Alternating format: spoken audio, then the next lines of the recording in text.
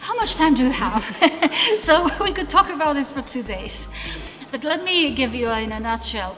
You see, there is a sort of profile of an entrepreneurial university, and that encompasses first and foremost an integrated approach to the 3 missions of the university: education, research, third mission, entrepreneurial, tech transfer, civic engagement, and all that. If we want to have a good functioning of a good entrepreneurial university, you have to consider these 3 functions together. In Romania, and not just only in Romania, in many Eastern Central European countries, universities tend to consider only the first one, education, and a little bit of research, and the third mission is somewhere there, but we're not there yet, and we don't know how to get there, and it's too far from us. We don't really want that. It's too hard. We don't want it. And I think that's an essentially wrong approach, because that's sort of 19th century approach, and we are now working with Industry 4.0, 21st century. There is a big gap.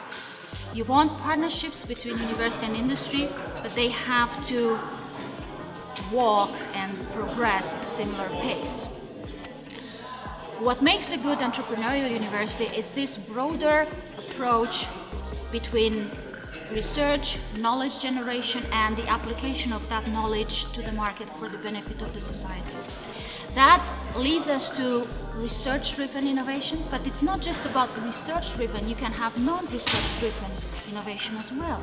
So you can have a process of renewal, a process of modernization in every walk of life based on knowledge that's generated by the university. You have a huge potential of generating knowledge in the university academics, in the university students, in the spin-offs that a university can make, in the patents that a university can make, in the tech transfer activity that an entrepreneurial university can make. But that is indeed a difficult capacity to build, because you need to train those tech transfer managers, you need to introduce entrepreneurial education for students, you need to be able to transfer that education further to SMEs, for instance, or to companies that need to improve in those respects. And this is how the university becomes a vehicle for the transfer of knowledge.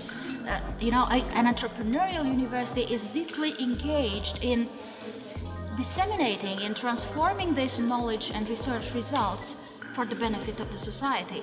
It's the interface with the market, and that's not an easy thing to do. You need interface support mechanisms, you need investments, you need competencies, you need a recognition of the profession of technology transfer manager, of innovation manager, a business developer, an IP attorney.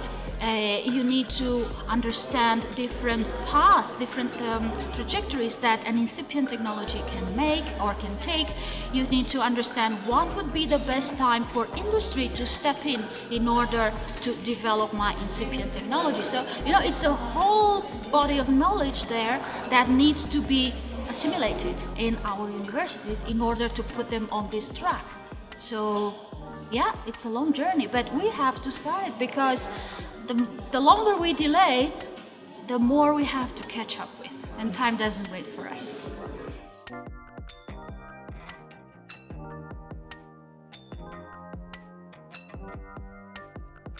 I'll tell you one thing.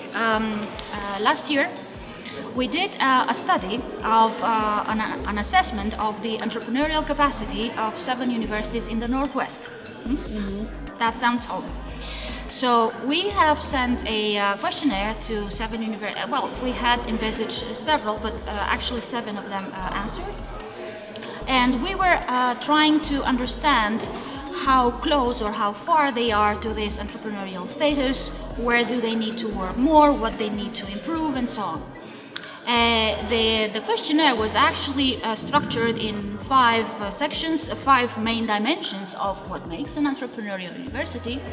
And we have combined the answers to this survey, this questionnaire, with some interviews. And it was a very interesting fact, because when you read the answers, to the questionnaire, everybody said, oh yes, we are trendsetters, we are at the forefront of technology transfer, we have made big progress in this area. And so, I mean, a very, very rosy picture.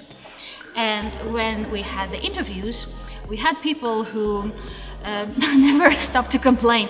Oh, we are missing that, we're missing this, we don't have input here, we don't have competencies, we don't have professionals.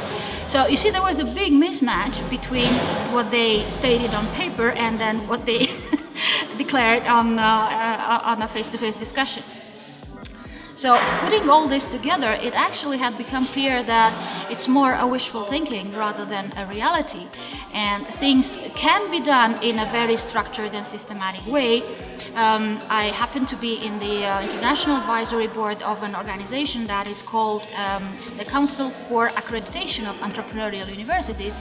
And this council can work, I mean the team of the council can work with universities that want to become entrepreneurial, build all those necessary strengths up to the point where they are ready for accreditation.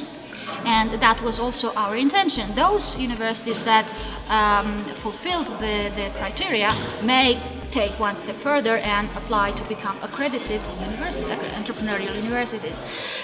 So you see, you have to build a mission, you have to make sure that entrepreneurial mission is owned by the academics, by the context, the environment where the universities operate.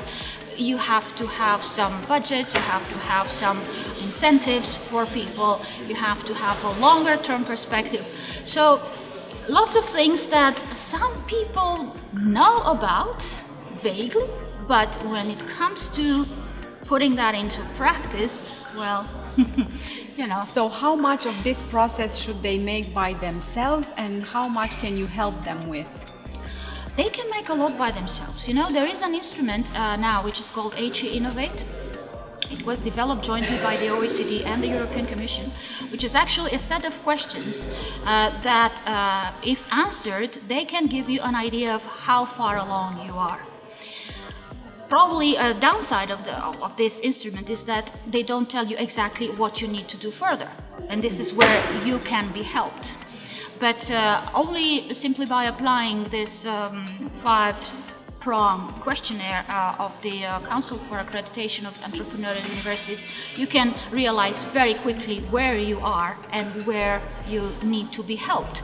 And help exists because these people that I'm working with, they have training courses, they have workshops and conferences on how to build a sound relationship between university and companies, how to build a good tech transfer office, how to, you know, all of these how-tos, and that's very helpful to put you on the right track. And then you take it and go with it. You fly with your own wings, you know.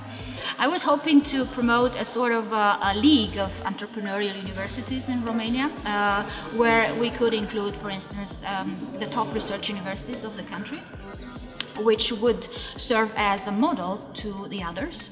These could be helped, for instance, financially, policy-wise, expert-wise, and, you know, have a sort of special treatment in the first years to build this base on which they can build further. And later on, in the later stages, this could serve as a model to the rest.